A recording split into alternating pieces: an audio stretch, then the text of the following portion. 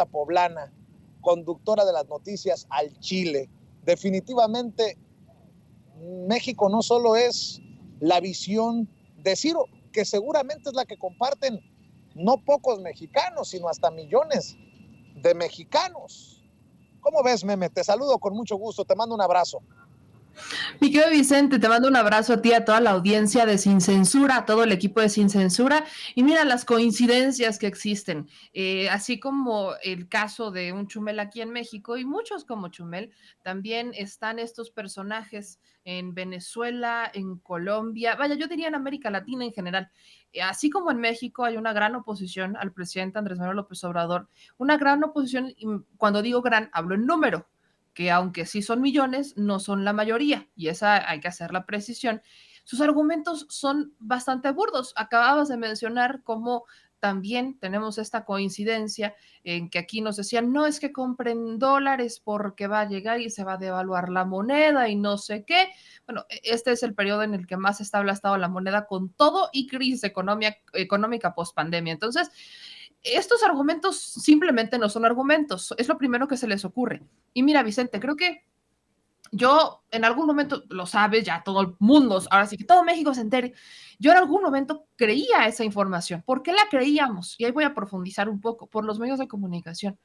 Antes eran pocos los medios de comunicación como Sin Censura. Yo conocí Sin Censura en 2018, por ejemplo, ¿no? Pero hay muchas personas que llevan conociendo estos medios desde hace mucho tiempo y que tienen esta opción alternativa, pero no son tantas personas. Ahora, el Internet todavía no llega a todo México y esa ha sido una gran limitante. Así que sobre todo en la época en la que el presidente Andrés Manuel López Obrador gana, o sea, 2018, todavía la infodemia era mucho más creíble, todavía se creía más por la fuerza que tenían los medios de comunicación tradicionales, medios de comunicación que hoy han quedado completamente a la deriva, que hoy tienen que transitar hacia las redes sociales y que muchos de ellos han estado recurriendo a invitar a personajes que están en redes sociales para ver si de esa manera logran hacer una transición más suave. Pero no se trata solamente de la transición, se trata de la audiencia, se trata de conocer a la audiencia, se trata de informarse. La audiencia está ávida de información en donde puedan participar, está ávida de información en donde puedan realmente generar un debate. Y, por ejemplo, si hablamos de Chumel,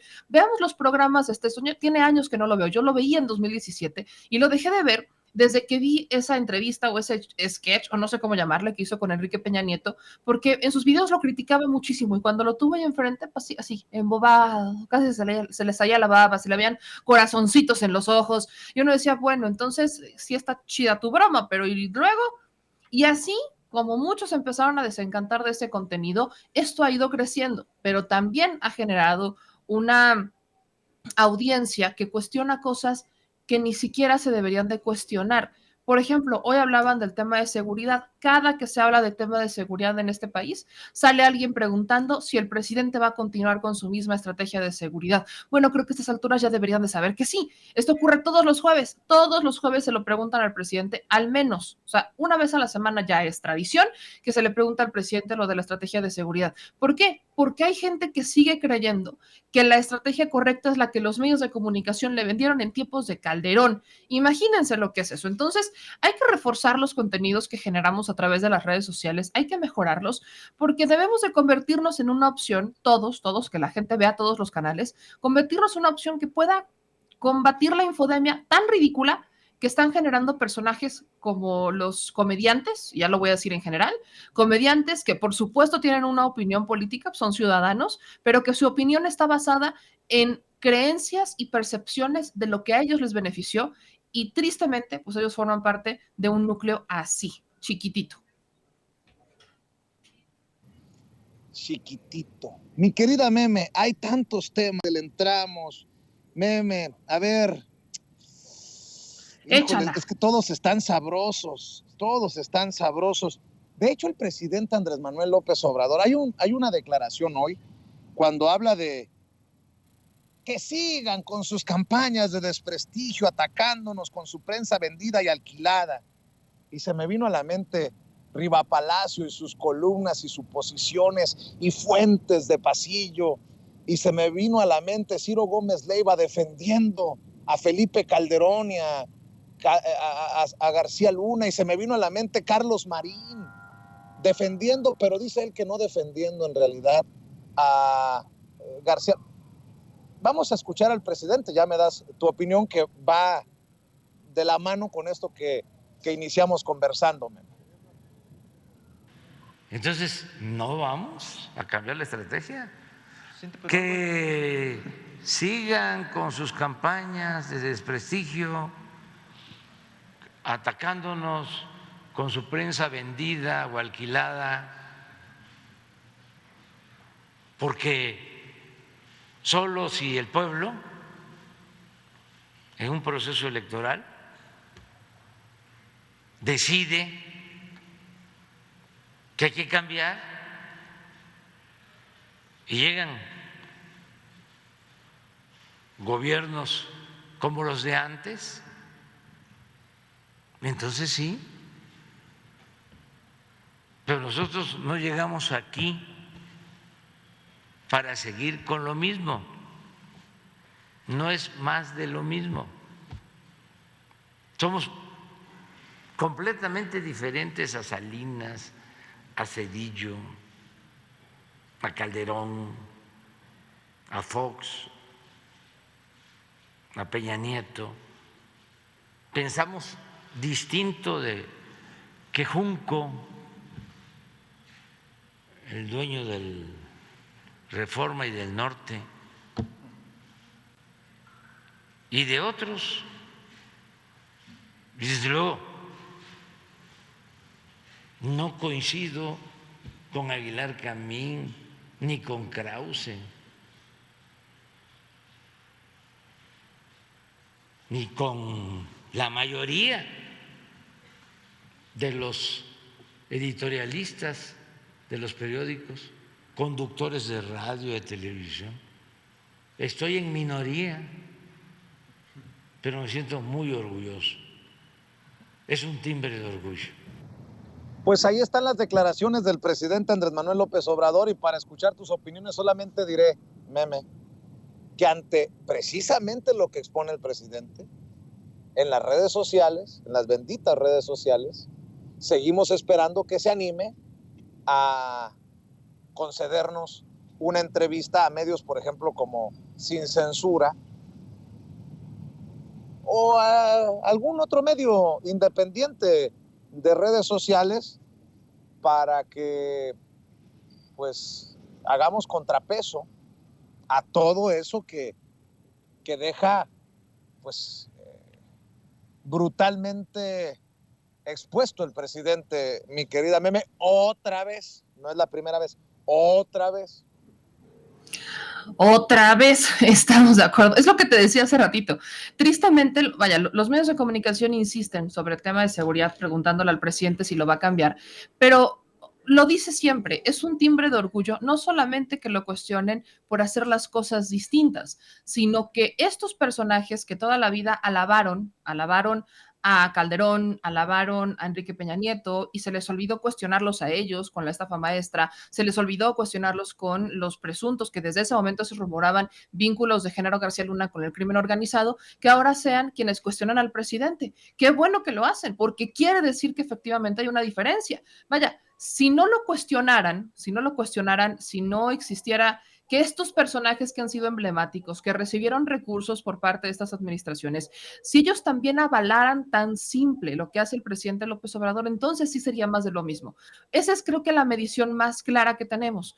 Es como cuando cuestionamos, ¿no? Cuando tenemos a un priista que dice, voy a respaldar lo que dice este gobierno. Bueno, lo tomamos con cierto, como con ciertas cautelas, porque decimos algo quiere, que no, porque ya no existe esa confianza. Vaya, mencionabas lo de García Luna. Cuando leí la columna de Carlos Marín, yo no sé si la leyeron, pero híjole, habla de Genaro García Luna como si hubiera sido una eminencia en materia de seguridad, como si él hubiera sido, vaya, no sé, un super policía, super ultra mega policía, que se merecía todas las condecoraciones del universo y que por eso es increíble que Estados Unidos, el que le dio las condecoraciones, ahora sea el que lo investiga. O sea, simplemente está basando toda una investigación de años de investigación y testimonios en su opinión sobre una persona. Luego, Riva Palacio, exactamente lo mismo, diciendo sobre Genaro García Luna que es increíble, que es peligrosa la obsesión que tiene el presidente Andrés Manuel López Obrador con Felipe Calderón. Bueno, es que no es una obsesión. Valdría la pena simplemente sentarse a revisar las tendencias, valdría simplemente sentarse a ver cómo está la seguridad en este país y en dónde iniciaron los problemas para ver por qué se insiste tanto con Felipe Calderón. Una persona que además, lejos de quedarse calladito y decir, bueno, ya hagan lo que tengan que hacer, insiste en que su estrategia fue la mejor, insiste en que fue lo mejor haber tenido estas tragedias, de haber dejado a cientos de familias destruidas porque mataron a uno de sus familiares, lo secuestraron, lo desaparecieron o no lo encuentran. Es triste que esa realidad pase desapercibida para muchos comunicadores, pase desapercibida para muchos que han generado opinión en opinión pública y que lejos de que se sienten a hacer un análisis y decir, a ver, es verdad todo lo que he creído es cierto, que piensen y que reflexionen, que incluso hagan una autocrítica, lejos de eso, se sientan a seguirle aplaudiendo a personas que lejos de hacerle bien a este país, le han hecho mucho daño. Hace ratito mencionaban, ¿no? La nota del país hacia Vicente Fox. ¿Quién es Vicente Fox? Vicente Fox fue uno de estos errores que los mexicanos cometieron, porque ahí sí yo no me tocó votar por él, que votan por un señor pensando que él iba a hacer algo distinto. ¿Y qué pasó? Se dieron cuenta que fue más de lo mismo y que incluso hubo una nueva dinámica todavía más drástica para hacerle daño a la gente, la privatización de la que se caracteriza el Partido Acción Nacional, que muchas personas confiaron en él porque, bueno, iba a romper con el PRI. Bueno, ya se dieron cuenta que no. Y hoy que vemos cómo escribe Vicente Fox, hoy que vemos qué opina Vicente Fox, da vergüenza decir que este hombre fue un presidente de México. Exactamente lo mismo pasa con un Felipe Calderón y exactamente lo mismo pasa con un Enrique Peña Nieto. Hoy quizás lo que más se podría cuestionar es por qué no estamos viendo a estas personas en prisión, porque ahí es en donde yo creo que está el tema, la justicia. Muchos de estos personajes, Riva Palacio y Carlos Marín y todos ellos, argumentan una de sus banderas más fuertes para seguir levantando a Calderón como héroe nacional es que si tanto dicen que su estrategia de seguridad o que su secretario de seguridad estuvo vinculado con el crimen organizado, ¿por qué no ya hay sentencias? Primero era ¿por qué no los detienen? Ahora es ¿por qué no hay sentencias prácticamente? Refiriéndose al caso de García Luna. Y aquí en México es ¿y por qué si tanto daño le hicieron al país no van por ellos y los meten a prisión? Bueno, es que eso depende del Poder Judicial. Y ahí hay una gran diferencia. Si bien el presidente prometió que se iba a acabar la corrupción, prometió que se iba a acabar la impunidad, hay muchas cosas que no dependen de él, que dependen de un fiscal al que hemos cuestionado muchísimo, porque lejos de ayudar a la transformación, ahí sí, parece que le está haciendo el caldo gordo a la oposición, parece que le está ayudando a los que tanto se quejan de la estrategia de seguridad, porque es una realidad. ¿De qué te sirve tanta estrategia de seguridad? ¿De qué te sirve reforzar la inteligencia? ¿De qué te sirve implementar de nuevo el 089 de denuncia anónima? ¿De qué te sirve la Guardia Nacional? Cuando el que tiene que armar las carpetas de investigación para meterlos presos públicamente ha quedado o ha estado fallando, que no da la cara más que cuando hay una gran polémica, que lo involucra personalmente. Se cuestiona mucho al fiscal, incluso en el evento histórico de ayer en el campo militar número 1, cuestionaban la ausencia del fiscal en este evento, porque él también es parte de la transformación del país. La fiscalía es clave para lograr la transformación del país y sobre todo para demostrar que efectivamente se cometieron errores,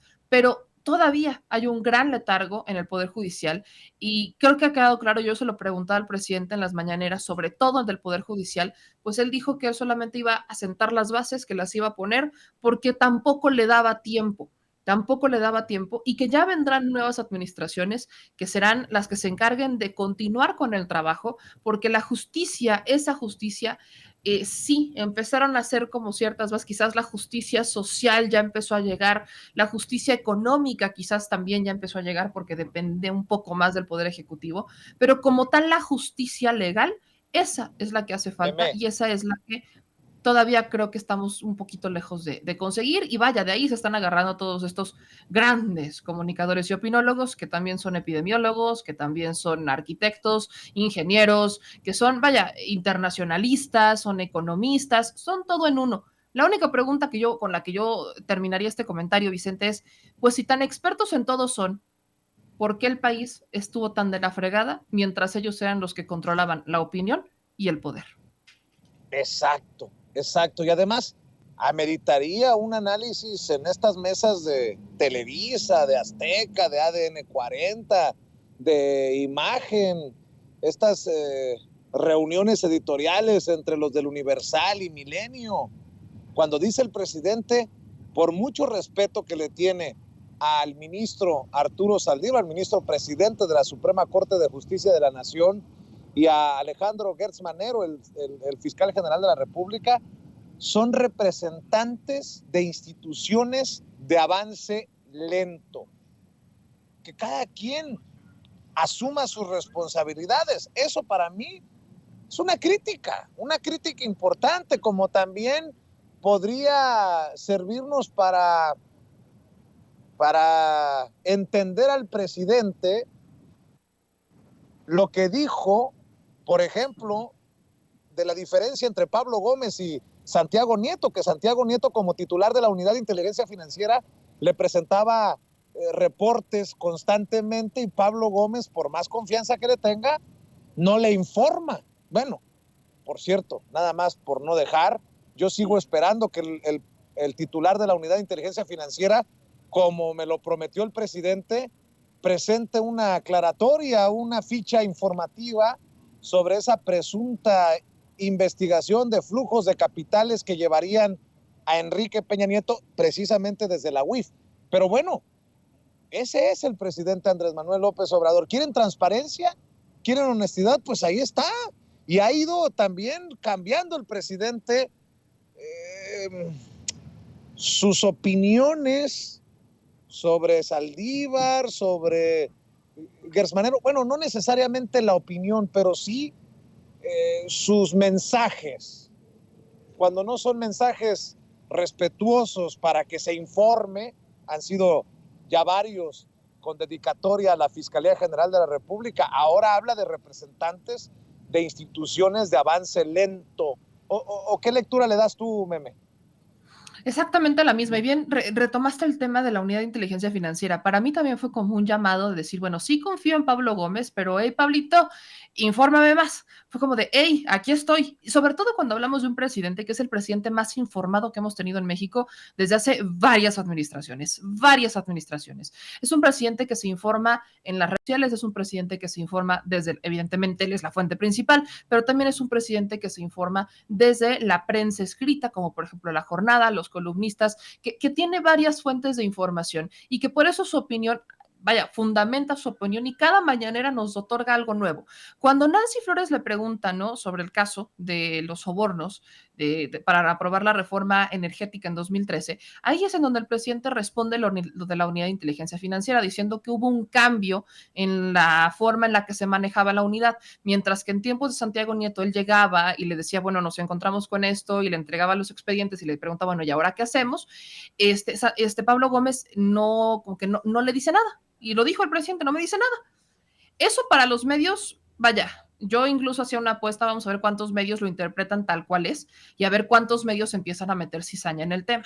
Porque lo que dice el presidente está lejos de ser de decir, es que hay una separación con Pablo Gómez o no nos llevamos bien, pero tiene mucho más que ver con la forma de operación de decir, porque lo dijo claramente, le tengo confianza a Pablo, pero la forma de operar es muy distinta. Por ahí luego la gente nos dice, es que la unidad, así como las fiscalías, tienen que hablar menos y actuar más, claro, pero mucho de lo que hacen también tiene que ver con actuando y hablando al mismo tiempo, porque la gente requiere información. Por ejemplo, las fiscalías, que es una instancia de avance, pero en modo tortuga, lento modo tortuga, tiene una forma muy interesante de informar a través de filtraciones, porque filtran todo a la prensa, todo lo filtran a la prensa. Y eso pone en riesgo hasta los casos. Eso es lo que se le cuestiona al fiscal, que si ya lo va a filtrar a la prensa, pues que mejor lo diga, que mejor se haga una conferencia de prensa, como hemos visto a muchos otros fiscales, que diga lo que puede decir, él controla la narrativa y listo. Pero eso no lo hace. Y en el caso de Pablo Gómez, solo hemos visto reaccionar a Pablo Gómez en la Unidad de Inteligencia Financiera cuando hay algún tipo de desinformación. Por ejemplo, cuando fue este caso hace no mucho, hace unas semanas, iría para un mes, Pablo Gómez le manda un documento al fiscal de Puebla diciéndole que él, o sea, que regañándolo prácticamente porque el fiscal habría filtrado esta investigación de la unidad en torno a un asunto de dinero que podría involucrar a Nacho Mier, coordinador de la bancada de morenista en la Cámara de Diputados, con este tema de un presunto desvío de 400 millones aproximadamente, en donde ya hay un detenido, que es el dueño de un medio de comunicación, Arturo Rueda. Entonces, todo esto lo filtra la Fiscalía de Puebla y Pablo Gómez regaña al fiscal diciéndole, bueno, es que la forma en la que ellos filtraron la información cambió la narrativa de cómo habían sido los hechos y eventualmente esa fue la última comunicación que supimos de Pablo Gómez y no nos hemos enterado de nada más. No sabemos si la unidad de inteligencia, no sabemos qué hace la unidad de inteligencia financiera, que es la gran diferencia que había con Santiago Nieto. Pero yo particularmente ese mensaje que da el presidente lo tomaría incluso bajo la premisa de decir, Pablo, infórmame más, que necesita el presidente saber. Recordemos que la unidad depende de la Secretaría de Hacienda, es una unidad que depende del Poder Ejecutivo, no como la Fiscalía, que es autónoma. Y de ahí nos pasamos al Poder Judicial, que está encabezado por Arturo Saldívar. Sí, Arturo Saldívar ha buscado hacer muchas cosas. Ahora está resguardando casos, ¿no? Está tomando casos de mujeres en el penal de Santa Marta, Catitla, porque fue y demás, pero eso tampoco va a solucionar de fondo el problema en el Poder Judicial.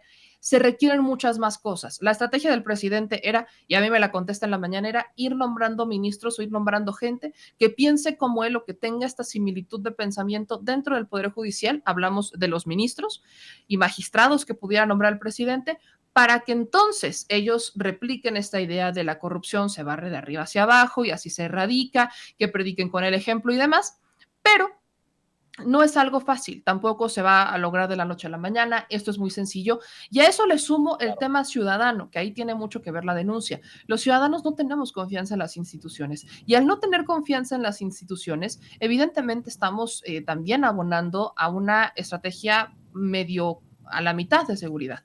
¿Por qué? Porque las denuncias ayudan a generar inteligencia. Las denuncias, sí, yo y tú y yo nos hemos quejado de las fiscalías que no hacen nada cuando la gente denuncia, pero si no les damos el trabajo, si no les damos esa denuncia, entonces ellos los toman como una ausencia de delito. Así lo toman las fiscalías. El que uno no vaya a denunciar para ellos es mágico, es hermoso, porque entonces lo toman como si nunca hubiera existido el delito y también por eso luego tenemos las fiscalías que tenemos. Pero vaya, el que sean instancias de avance lento no quiere decir que no las cuestionemos, solamente quiere decir que tenemos que estar más pendientes de ellas, que tenemos que estar encima de ellas como ciudadanos y que ya que el presidente logró algo histórico, que es el despertar, vaya, el publicar incluso información que no veríamos en otro mandatario, como estos videos relacionados con Julian Assange, como lo fue el expediente de Cienfuegos. O sea, es un presidente que de transparencia, si de transparencia se habla, él ha querido ser el más transparente y se ha llevado el galardón. Pero falta que los ciudadanos presionemos a los demás, porque no todo lo va a arreglar el presidente. Hay una división de poderes, hay autonomía en algunas instituciones y también a ellos los tenemos que presionar para que hagan su chamba, porque si todo lo concentramos en cuestionar y en criticar al presidente, entonces los demás van a estar así, ay, pues de todas formas van a criticar al presidente y a mí nadie me va a decir nada. Tenemos que empezar a voltear a ver a los otros que también tienen una responsabilidad y que muy probablemente haya quienes estén fallando. Voy a ir en unos minutos con la abogada Lourdes Monteagudo, ya está en el sistema, pero para cerrar, Meme, un tema que creo que está candente. Lo publica el periódico El Universal. Ricardo Monreal dice que él no es corcholata, que a él no lo ofendan con esas cosas. Y amaga hasta con irse de Morena. ¿Otra vez? Perdón por la risita, que yo sé que es la que calienta. Si me siguen excluyendo, nada tengo que hacer ahí, advierte. Y leo, para que luego no vayan a decir, ese pinche Vicente Serrano es un exagerado, amarillista, golpeador de Monreal. Voy a leer lo que publica el periódico El Universal. Aunque refrendó su militancia en Morena, el senador Ricardo Monreal advirtió que el límite de su permanencia en el partido es la dignidad. Si se me sigue excluyendo, nada tengo que hacer en esa organización, puntualizó. Yo espero que la dirigencia del partido corrija y en el futuro no me excluya de la participación y de mi consideración de que, pese a que no sea mencionado en el club de los señalados, no se ha incluido en el club de los elegidos desde las mañaneras, aún así he decidido participar, dijo el senador. Entrevistado durante su visita a Guanajuato, el presidente de la Junta de Coordinación Política, coordinador de los senadores de Morena en la Cámara Alta, reafirmó que aspira legítimamente a ser candidato de Morena a la presidencia, pero aclaró que nunca aceptará que se le considere corcholata porque ese es un término peyorativo. Y cito: yo no soy corcholata, soy un aspirante natural, un modesto aspirante, nunca corcholata. Es peyorativo y es un lenguaje que nadie debiera aceptar. Pero allá ellos, digo, yo no soy corcholata, me niego a aceptar ese mote. Soy simplemente un modesto aspirante a la presidencia de la República. Monreal afirmó que tiene razón el presidente Andrés Manuel López Obrador en que hay que dejar a un lado la politiquería. Yo no me voy a mezclar a la politiquería, soy un político serio, ajá, un político responsable, ajá, y lo único que quiero es profundizar el proceso de la vida democrática que el país ha iniciado a partir de 2018. Reveló que ya le llamó por teléfono el presidente de Morena, Mario Delgado, para ahora sí invitarlo al meeting que se realizará el próximo fin de semana en Francisco y Madero, Coahuila, aunque no quiso decir si va o no.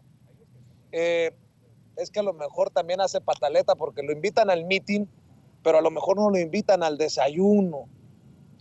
Nótese mi sarcasmo. Mi querida Meme, yo lo he dicho aquí y me han tirado hasta con la cubeta.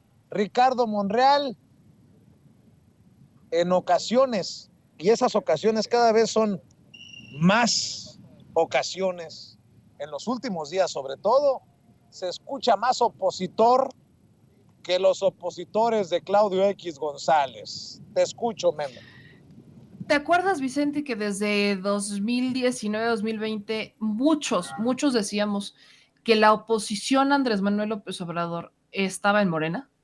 Bueno, nos referíamos a esto, justamente nos referíamos a esto, porque la oposición del PRI, PAN, PRD, bueno, no es oposición. A ver, el PRI destruyéndose, el PAN destruyéndose, todos peleándose, el PRD intentando así como, el PRI y el PAN son como los papás que están divorciando y el PRD es como el hijo que a ver con quién se va a quedar. O sea, eso es lo que está pasando entre el PRI, PAN, PRD, que nos intentan dar la imagen de una familia feliz. O sea, esa es mi mejor analogía y me la acabo de sacar de la manga. La analogía de la oposición es PRI, PAN, PRD, ellos son una muy familia y nos quieren dar la imagen de la familia feliz. Por adentro se están aventando hasta con la cuchara, se están aventando los trastes, además tienen problemas con la familia y el PRD es como el hijo que está así como de, ¿y ahora qué hago? ¿No? Por eso es que esa oposición no representa una oposición para el país. Pero, ¿quién sí podría ser una oposición? Los que están adentro. Ahí está Ricardo Monreal, que intentó desesperadamente, porque sí lo intentó desesperadamente, aunque a mí en la entrevista, todo lo que acabas de decir, Ricardo Monreal a mí me lo dijo hace un año cuando lo entrevistamos, antes de que me vetara. Entonces, lo entrevistamos allá en el Senado y muy amable y todo, y ahí dijo exactamente eso, que él no era corcholata. Ahí le pregunté sobre este partido Fuerza por México, porque para muchos de nosotros esa era la salida fácil de Ricardo Monreal. Fuerza por México estaba integrado por varios amigos de Ricardo Monreal y muchos de ellos, quizás el principal Moreno Vallista y de sindicatos. Entonces, Fuerza por México, pues tenía, según Ricardo Monreal, iba a ser un gran aliado de Andrés Manuel López Obrador, o sea, un nuevo partido de izquierda. Esa era la propuesta de Ricardo Monreal para poderse salir de Morena y tener un partido a su disposición, porque lo apoyó mucho, aunque él dice que no, que solo se tomó una fotito y que eran sus amigos y hasta ahí. No es cierto, que no nos quiera dar a tole con el dedo el senador. Y como no se le hizo lo de Fuerza por México, entonces Ricardo Monreal empezó a amagar con que se iba a salir de Morena. Ahora no es la primera vez que lo hace. También lo hizo cuando intentó ser jefe de gobierno y que le ganó la doctora Claudia Sheinbaum. Intentó también salirse de Morena y dijo que él se iba a ir, sino que las encuestas, que no, vaya. Él trae un pleito con el mecanismo de Morena para elegir a los candidatos eterno porque no le ha favorecido. El mecanismo de Morena para elegir a los candidatos a poderes ejecutivos no le ha favorecido a Ricardo Monreal en nada. Al que le ha favorecido a su familia en Zacatecas y la gente está molesta con lo que están haciendo los Monreal en Zacatecas. Pero vaya, a Ricardo Monreal lo único que le favorece es el que es senador. Y desde esa posición ha intentado hacerle manita de puerco a la Administración Pública Federal, bajo el argumento de que él sí puede lograr que pasen las reformas más importantes de Andrés Manuel López Obrador, porque tiene una muy buena relación con todos los senadores allá adentro. Esa buena relación le ha permitido negociar a Ricardo Monreal y el problema es que hoy preguntamos qué habrá negociado Ricardo Monreal, porque no todo lo que habrá negociado Monreal pareciera bueno. Entonces, el que hoy sale a decir que no es corcholata es un discurso que trae desde hace más de un año, cuando el presidente empezó a decir quiénes podían ser los que traerían este relevo a su administración. Y empezó a mencionar a varios, hasta apenas lo mencionó a él. Y ahora Ricardo Monreal ya está en plan de diva, de decir, yo no necesito que me mencione, yo soy un aspirante legítimo. Pero lleva un discurso tan forzado, Vicente, tan forzado, que ya me lo sé de memoria. Usted escucha a Monreal y en cualquier momento le va a decir que él tiene todo para ser presidente, que él tiene toda la capacidad, que él tiene todo el currículum, que él ya fue gobernador, que ha sido legislador, que sabe cómo y que es uno de los mejores aspirantes, que tiene absolutamente todo para ser candidato. Eso lo repite prácticamente todos los días en todas las entrevistas que le hacen, hasta en chacaleos. Siempre lo repite. Lo de las corcholatas ya lo sabemos, ya sabemos que no le gusta que le digan corcholata. Está bien, no le digan corcholata porque se va a sentir el senador, no le gusta que le digan corcholata, pero esto es más allá de lo que está diciendo Ricardo Monreal. ¿Qué es lo que podría pasar? Que muchos hemos alertado, porque hay información que tenemos, y yo te la comparto y siempre la he compartido. Hay información que apunta a que Ricardo Monreal va a terminar iniciando una desbandada de Morena hacia Movimiento Ciudadano. Ricardo Monreal, aunque está presionando tanto, está forzando tanto para ser candidato, el que force tanto ya incluso le está restando puntos, pero lo está haciendo tan mediático que está incluso presionando a Movimiento Ciudadano para que se convierta en otra opción. La apuesta es que de aquí a 6 años tengamos aún solamente 2 partidos, a Morena y a Movimiento Ciudadano, en uno en un primer lugar y en otro en un segundo lugar, para que entre los dos se disputen el territorio, porque el PRI, PAN, PRD ya están perdiendo este territorio. Así que hay que estar muy pendientes de estos discursos de Monreal, de las corcholatas, que se siente con los de Morena porque no le enviaron una invitación membretada, personalizada, con boletos y hasta sello de cera. Que, vaya, sé que son cosas bastante burdas para un senador, que está en un partido en donde no hay senadores de primera o no hay políticos de primera y políticos de segunda. Ese es el error que yo he encontrado en Monreal, que piensa que por haber tenido toda esta trayectoria política, que por supuesto tiene, ya ganó, con eso ya tiene lo suficiente y con eso va a ganar. El pueblo es el que decide. Y me parece todavía más absurdo, porque esta es otro de los discursos de Monreal, que quiera que sea el INE. A ver, Vicente, el INE quiere que sea el INE el que determine quién va a ser el candidato de Morena. Y miren, con todo respeto, pero si Ricardo Monreal no ha entendido lo que está luchando la gente, lo que luchan los ciudadanos, las críticas de los ciudadanos, así tenga el mejor currículum, le van a seguir diciendo corcholata, no le va a funcionar su estrategia y no le va a llegar a ningún lado, porque hoy el pueblo, si algo desea, es que el árbitro le responda a él y no al político. Así que yo lo dejaría con eso, mi querido Vicente, porque tristemente, no tenemos estos políticos que, vaya, sus discursos a veces hasta nos dan risa, y sobre todo cuando son tan forzados como el de Monreal. Yo nada más voy a decir, mi editorial lo reduciría a, ni a corcholata llega, don Ricardo. Es más, pura taparrosca de coca de 2 litros que tanto le gusta a mi tía Silvia, hombre. Y de ahí no pasa. Pero mi querida Meme, mejor cerremos invitando a la gente para que te apoye en tus trincheras, para que esté al pendiente de las noticias al Chile, para que vea y lea lo que publican en The Mexico News.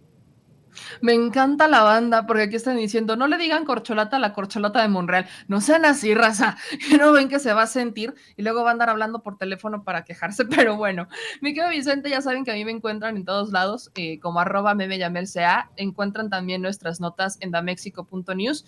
Y pues bueno, ya saben que aquí vamos a estar dando lata. Yo les mando un abrazo y sigan viendo Sin Censura, y no se les olvide que el pueblo es el que manda. Así es, te mando un abrazote, Meme, nuestra diosa poblana, hablando sin censura y dejando la víbora chillando aquí en este espacio libre como el viento.